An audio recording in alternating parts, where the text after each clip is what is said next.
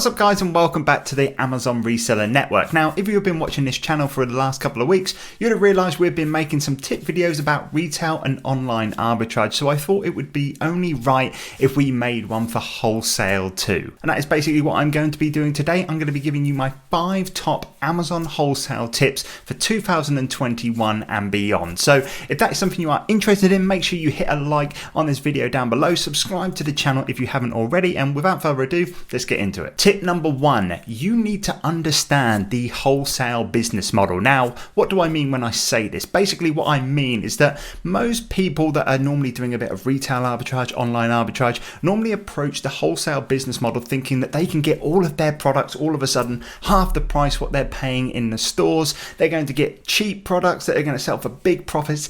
This is normally not the case. The wholesale business model and the advantage of doing wholesale is simply not because of the price that you can get the product at. It's more about the supply. This is what you want to be thinking about when you are starting wholesale. Do not approach wholesalers expecting to get the product cheaper. So many people say, oh, their prices are even more expensive than the prices in the store. Some of that may be actually true, but the thing is with wholesale is you are never going to typically run out of products. So if you find a product line that they constantly have in stock, then you are going to be able to keep reordering that product over time, whereas the retail stores may sell out. Another great benefit of wholesale in terms of the supply is that you are going to be able to get products that other people are not going to be able to get hold of. For example, if you're doing online arbitrage and there is a good product in Tesco's, there is a good chance that a sourcing software or a deal sheet will pick this product up as well, and before you know it, it has hundreds of sellers on the listing and it goes completely dead. Whereas with wholesale, the deals are going to be much more exclusive. Deal sheets are not going to be able to pick up these products.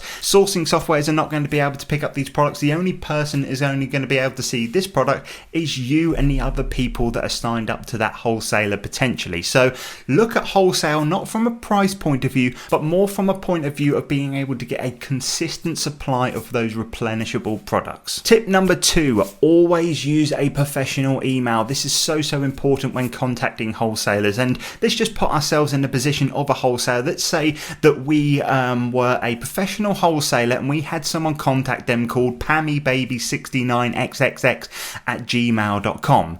What are your first impressions going to be of that potential new client for them? It's not going to be that good. Whereas if you had someone called Pam at so-and-so trading limited.com, it's going to look a lot more professional, especially if you put on like a professional email header. If you say you're the head of sales, anything like that is going to be better than just using a custom made up Gmail or Hotmail address. It's just so important when it comes to wholesale. First impressions are just so important, like I say, and the easiest thing that you can do without having to put any effort in is by creating a professional email address. For those that don't know how to actually get a professional email address, the first thing that you're going to need is actually a domain name. So a domain name is basically what you see in the URL bar of a website. For example, amazon.co.uk is a domain name, and you're going to need to purchase one of those first. I'll leave a link down below to the best place I recommend you going and grabbing one, and then from there within your domain settings you can then set up an email address for that domain, and that will become your new professional email account. So like I said, I'll leave a link to the best domain site I personally believe that there is out there, and you can go and check that out if you need to. Tip number 3, and this one relates to tip number 2 a little bit, and that is, despite having a professional email address, always try to contact your wholesalers by phone first. Now, I personally think speaking to someone on the phone, letting them hear your emotions, having that one-to-one conversation is going to build up a much better rapport than just sending a generic email. People will see emails most of the time, just like myself. I get hundreds of emails every single day. Some of them I ignore, some of them catch my eye, but ringing someone up and actually talking to them on the phone is going to be so much more engaging. And like I said, wholesale is all about relationships, first impressions, and if you want to make a really good first impression, I would suggest ringing somebody up, introducing them to your business, letting them know that you are interested in opening an account with them and why you're interested in opening an account with them. And then if needs be, if they say, oh, maybe just drop us an email, you then have that professional email address like I spoke about to be able to send that. But I always recommend, if possible, if and where possible, of course, contact the wholesaler by phone first every single time, and even better than that, if the opportunity is there, go and see them physically. But most of the time, of course, wholesale is going to be on the other side of the country to you, but always try and phone them first, and always have email as pretty much the last option. Tip number 4, most of the time when you are inquiring about opening an account, a wholesaler is going to ask you your type of business. They're going to ask you whether you are a retail store, whether you are an online seller, and my tip for you guys is to only let them know that you are an Amazon seller if they directly ask you. So basically, if they do ask you if you are an Amazon seller, do not lie, guys. There is no point in lying, because most of the time you'll probably get found out by them, get your wholesale account cancelled, and they'll probably ring up their other friends that are wholesalers and warn them against you. If they do ask you, just tell them that you are an Amazon seller. But most of the time, in my personal experience, they don't actually physically directly ask you that question.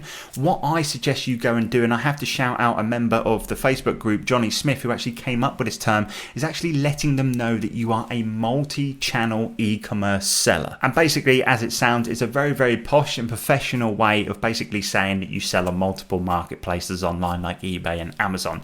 The reason why I say you shouldn't directly mention that you sell on Amazon is because typically, even though this is absolutely ridiculous, normal wholesalers, and normally the best wholesalers, normally have a little bit of a there's a little bit of friction there to actually open accounts to online sellers, because online sellers are typically known to be taking business away from brick and mortar stores, which are typically their wholesalers' best and most loyal customers over the last 10 or 20 years. But like I said, online business is the future. This probably will never be an issue in 5 years time or anything like that, but right now try to avoid by directly telling them yourself that you are an Amazon seller. Say that you are a multi-channel e-commerce seller. This sounds a lot better, and it'll give you a lot more chance of opening an account. Tip number 5 is that whilst in most cases Google is your best friend, when it comes to looking for wholesalers, it is literally your worst enemy. If you go onto Google and you search for typical, if you say toy wholesalers, what you're typically going to get is a lot of fake wholesalers. These are typically people that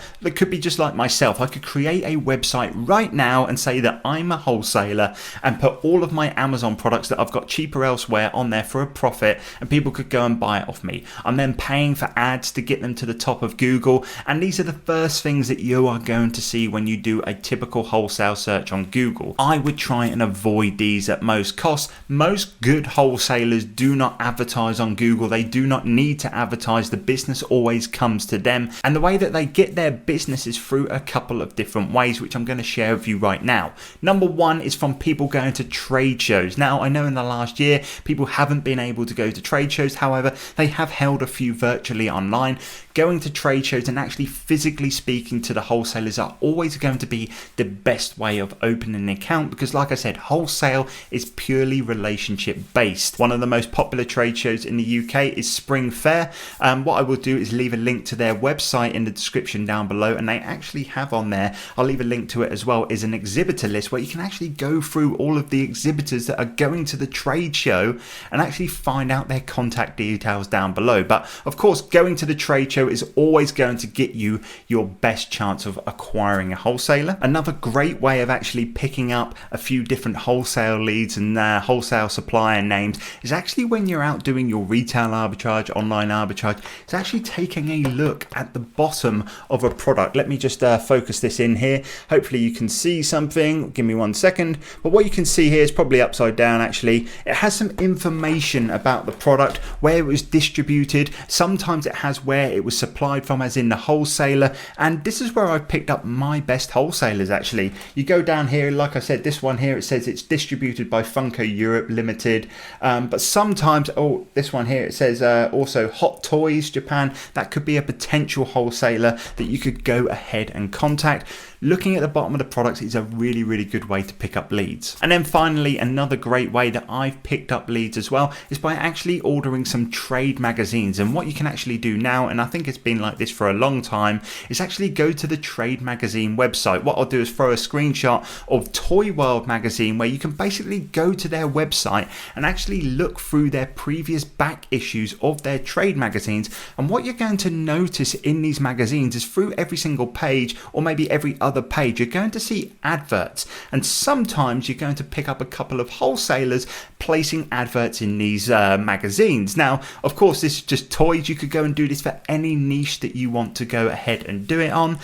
This is such a great way of picking up wholesale leads. Like I said, Typical wholesalers don't normally advertise on Google because they don't want to really be advertising their business to the general public, but one thing that they want to do is advertise to the right people, and trade magazines is of course going to be their best place of doing that, and this is another really great way of picking up a wholesaler. So there you go guys, there are 5 quick tips on how you can take full advantage of wholesale in 2021. I really suggest taking on as many of these as you possibly can. If you did enjoy this video, if you did find any of this useful, I would really appreciate it if you let me know down below, either in the comments or just simply leaving this video a like. It really helps this video out with the YouTube algorithm. But having said all that, I will catch you guys in the next video. Take care.